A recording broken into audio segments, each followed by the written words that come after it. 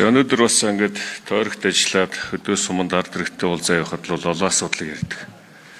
Тэр тусмаад одоо малчны тухай асуудал. Тэгээ Монгол улсын нийт одоо өрхийн 4/1 нь одоо малчин өрх байдаг. Монгол улсын одоо эдийн засагт бол маш том одоо үүрэг орлогыг гүйцэтгэх салбар бол мал аж ахуй. Тийм учраас Монгол улсын үндсэн хуулийн 6-2-т бол одоо мал сөрөг болох үндэсний баялаг мөн төрийн хамгаалттай байна гэдэг ингээд заасан. Тэгээд одоо тусгайлан одоо хууль гарсан. За одоо малчтай одоо нийгмийн асуудал, эрүүл мэндийн асуудал, мөн дээрээс нь эдийн засгийн холбоотой асуудал гэдэг энэ хуулиар бол багцлж гаргахыг бол бас оролдсон байна. Гэсэн эдээчтэй бас энэ хуулийг хэрэгжилт маш муу. Иргэдээс бол энэ холбоотой маш их санал гомдлуудыг гаргаж байна. Тэрний нэг бол энэ малчтын нийгмийн даатгалыг нэг удаа нөхөн төлөвлөх хууль байгаа. Тэгээ энэтэй холбоотой бол яам нь бол боломжгүй гэдэг бол хариугаа бол эрүүлсэн. Энийг бол одоо нууж хагаадах юм ерөөсөө байхгүй. Төсвийн байгууллагын одоо миний бид ажилдаг. Тийм учраас бол яамнаас л тодорхой байр суурийг илэрхийлдэг. За боломжтой боломжгүй гэдэг дээр бол энэ хуулийг эхлээд санаачлаад энэ хууль батлагдах үед бол яамдууд бас санал авдаг ойлгомжтой.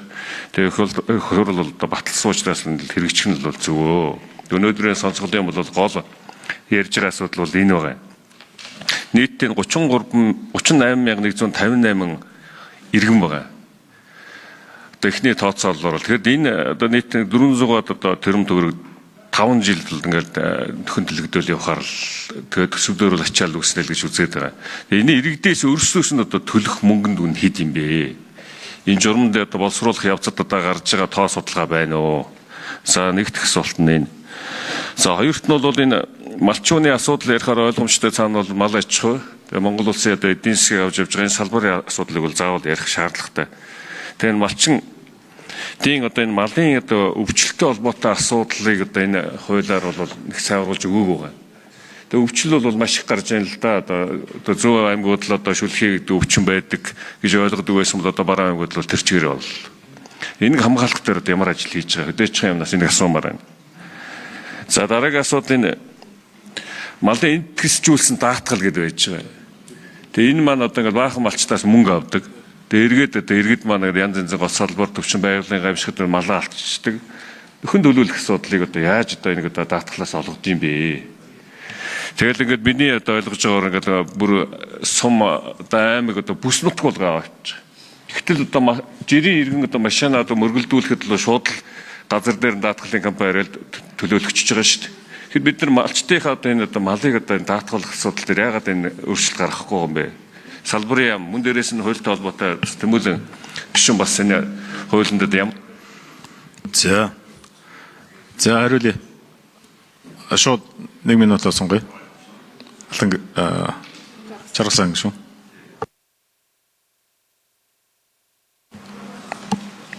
Энэ энтгсжүүлсэн даатгалтай холбоотой асуудал дээр бас тэмүүлэн сайд гишүүд ямар санал бодолтой байдгийг энийг хэлж өгөөч. За дараагийн асуудал энэ 7-5-1 дээр байгаа сургалтууд байгаа.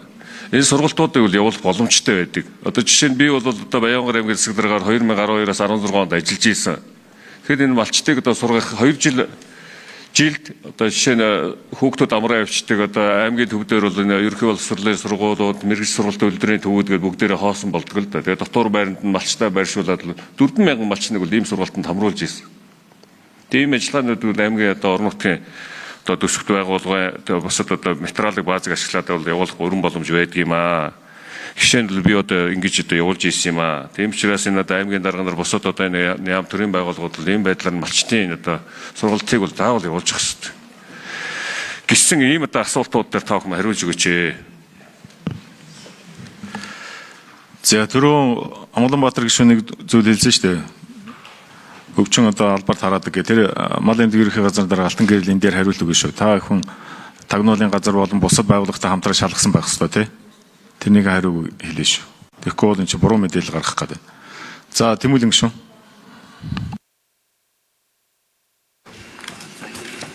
За чаргалсан гишүүний асуултанд хариулъя. Тэгэхээр энэ хууль санаа шилжих хууль бол яг би бас хариулж байгаа. За энэ хүрээнд үндсэндээ энэ хуулийн би хараадах. Үндсэндээ энэ хөгжлийн зээл дэмжлэг санхүүгийн үйлчилгээ, даатгалын үйлчилгээтэй холбоотой, санхүүгийн бүтээгдэхүүнтэй холбоотой асуудлыг энэ хуулийн 12 дугаар бүлэг дээр оруулж өгсөн байгаа. За үндсэндээ бидний хувьд яаж яах нөхөр одоо байгаа малчтад зориулсан мал аж ахуй руу чиглэсэн хөгжлийн зээл дэмжлэг татаас урамшуулууд бол өөрөө байгаа унахгүй байна. Иргэн хүндээ хүрэхгүй байна. Мал аж ахуй хөгжил дэмжлэг болохгүй байна гэсэн үгнээс шинэ нэр төрлийн бүтээгдэхүүнийг нэмэгдүүлээч гэдэг асуултыг тавьж байгаа. За өнөөдөр сая малын идэвхжүүлсэн даатгалтай холбоотой асуудлыг бол бидний нөхцөлийг илүү босронгуй болгох зайлшгүй шаардлагатай байна. Хамрагдалтыг нэмэгдүүлэх зайлшгүй шаардлагатай байна. Малчин өнөөдөр эслээс хамгаалах зохицуултыг бид нар зайлшгүй их ёстой байгаа. Нөхөн төлбөр төр олголтын босго хамрах хүрээ хүртээмжийг нэмэгдүүлэх бол зайлшгүй шаардлага бол байгаа даа. Энэ дотроо бид нар хувийн даатгалын зах зээлийн оролцоог энэ дэр идэвхжүүлэх хэрэгтэй байгаа. Өшөө бүр одоо юу гэдгийг илүү тэр нэг эзэдлийн үнэлгээ болоод нөхөн төлбөрийн механизмын ил тодлоо гэдгийг сайжруулах зайлшгүй шаардлагатай. Тэгэхээр энийг ерөнхийдөө энэ шинээр энэ бүтээгдэхүүнүүдийг бий болгох гэдэг нь харилцааг энэ хуулийн дээр бас нэг талтай ингээд оруулж өгсөн байна. За даатгалынхаас гадна нэг хөрөнгийн үнэлгээг бий болгох гэдэг асуудал тавьсан. Өнөөдөр та бүхэн бодож байгаа магадгүй банкнд авчиад машинаа барьцаа тавихаар таны машиныг үнэлнэ шүү дээ. Мотор нь зохих гэж байна уу, мууцсан байна уу? За тийм тэдэнд нь үнэлгээтэй байна. Тань тэднэрийн зээл болгоё гэдэг. Гэтэл мал аж ахуйн салбар дээр бид нар 60 сая малтай гэдэг байгаа боловч энэ салбарынхаа хөрөнгийн үнэлгээг ерөөсөө хийж чадахгүй байгаа. Хөрөнгийн үнэлгээчдийг бий болгохгүй байгаа. Энэ хөрөнгийн үнэлгээний чиглэлээр шинэ бүтээгдэхүүн бий болгохгүй байгаа. Тэгэхээр үндсэндээ банкн дээр очдог магадгүй тэр банк бол таны хонь, богу, бодуу, тэдэн төгрөг хаавсан дээр дундгуй адаацэг нь байна уу, Арангаа аймгийн Жаргалан сум байна уу, Доронтын Матад байна уу, бүгд адилхан үнэлгээтэй байгаа асуудал байхгүй. Тэгэхээр эн чинь энэ мал аж ахуй чиглэсэн төрөлсөн шинэ бүтээгдэхүүн үйлчлэгээ байхгүй байгаа юм илэрхийлэх байдаг.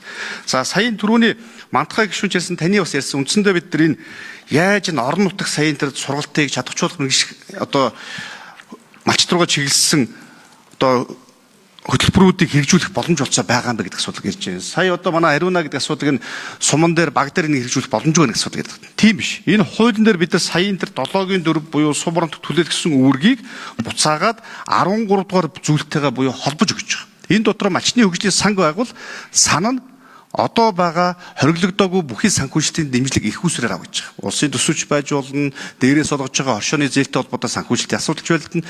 Энэ дотроо саяын 13-ийн 4-ийн 3 дээр малчтыг хөгжүүлэх чадварчуулахад 10% зарцуулаа. Малчны хөгжлийн сангаас. Дээрээс нь тулгымцсан асуудлыг шийдвэрлэх 30% зарцуулаа гэж заасан байна. Үүний сайн жишээ чинь одоо манай Өрөнгө аймгийн Тарагч суман дээр энэ сангаа байгуулсан, харин сангийн яам нь 13-6 дахь журмаа гаргахгүй сацгаад байгаа. За, дараагийн сангийн яамнаас асуусан уу?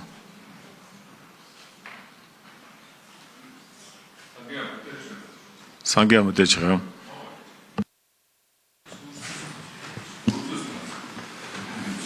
Нийгмийн даатгал. Энэ уул нь гэр бүлийн яамнаас тэрийг хариулсан зүг баг. Ер нь түрүүн бол энэ нийгмийн хамгааллын яамнаас тэр тооцоо хийсэн зүг баг. Манай дээр бол өмнө ирж ирсэн зүгээр нөгөө журамтай холбоотой тоонууд л байгаад байгаа. Тэр нь гэхдээ нөгөө төсөвт үзүүлэх. За, гэр бүл хөдөлмөр нийгмийн хамгааллын яам. Цэранд 15. За, гэр бүл хөдөлмөр нийгмийн хамгааллын яам, нийгмийн даатгал хөрөнгөлийн сангийн балан газрын дараагийн цаанд байна. Гишүүний асуултанд хариулъя. За, гэр бүл хөдөлмөр нийгмийн хамгааллын яамны зүгээс бол малчны тэтгэврийн даатгалын шимтгэлийг нэг удаа нөхөн төлөвлөх журмыг боловсруулаа 3 удаа яамдаас санал авсан байгаа. Энэ журмын хүрээнд бол тооцоход 5 хүртэл жилээр нөхөн төлөвлөхөд бол 38.2 мянган малчин бол хамрагдана гэж тооцсон. Үүний бол нөхөн даатгалын орлогоор бол 194.4 тэрбум төгрөг бол орж ирнэ гэж бол төлөвлөсөн байгаа. Малчтаас одоо шимтгэл нөхөн төлөвлөлөд орж ирэх орлого нь.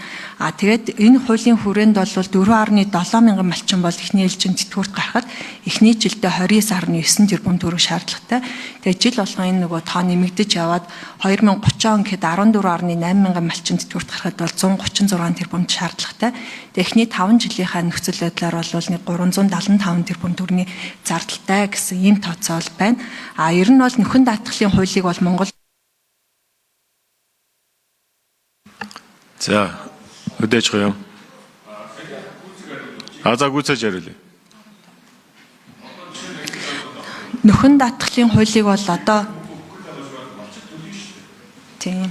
За. 2 удаа хэрэгжүүлсэн байдаг. Тухайлбал 2012 онд ажилласан жил тэтгэврийн даатгалын шимтгэлийг нөхөн тооцох тухай хуулийг хэрэгжүүлээд 607 мянган хүн бол энэ даатгалд бол хамрагдаад 37.9 тэрбум төгрөг бол зарцуулсан байдаг. Одоогийн байдлаар 325 мянган хүн тэтгэврт гараад эдгээр иргэдийн тэтгэврт 1.9 тэрбум 1.9 их 80 төгрөг болвол ингээд зарцуулаад байна. Мөн малчин хуваарай хөдөлмөр эрхлэгчдийн ажилласан жил нөхөн даатгал бас ийм хуулийг бол 2017 онд баталсан. Тэгээ 2021 онд ингээд сунгаад бол хэрэгжүүлсэн байдаг.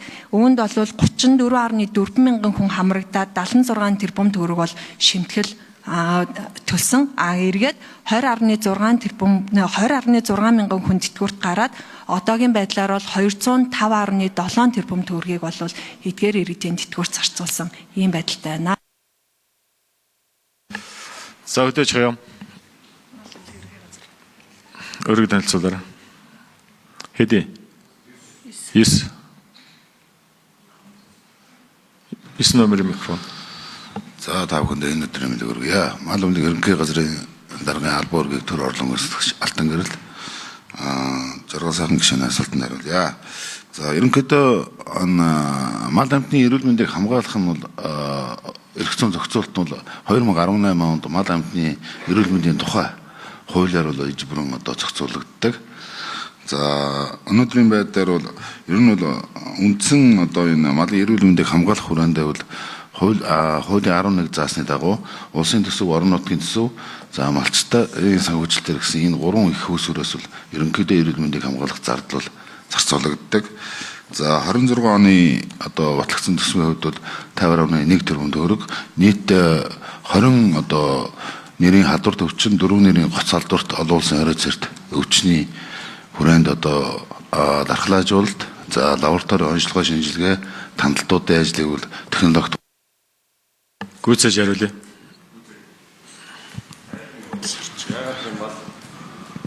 Мал төрийн хамгаалтын байр хичээл яг малаа хамгаалахгүй юм байх гэсэн үг шүү дээ. Зүүн талд Хариулъя. Монгол орнд За ерөнхийдөө энэ жилийн хувьд бол өмнөх хвшлийн хувьд бол хвчлэн гарч ирсэн. Шүлгийн хүчин маань өөрөө дотроо 7 хвшилтэй. 7 хвшлийн саатник хвшил бол ерөнхийдөө бүгд найрамд Хятад улсын өрөмж Шинжаавгар, за Орос улбаны улсын Алтай хязгаар ялангуяа энэ саатныгийн хвшил бол 26 оны түвшинд Турк, Казахстан зэрэг улсууд бас нэлээд өргөн дарахж байгаа. Энэ өвчин маань өөрөө бол шууд болон шууд бус хавьтлаар бол халдварладаг ийм өвчин.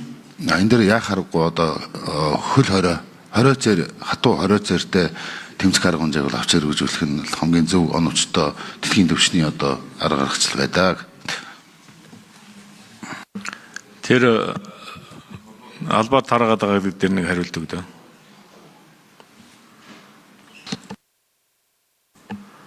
Алтан гэрэл 15.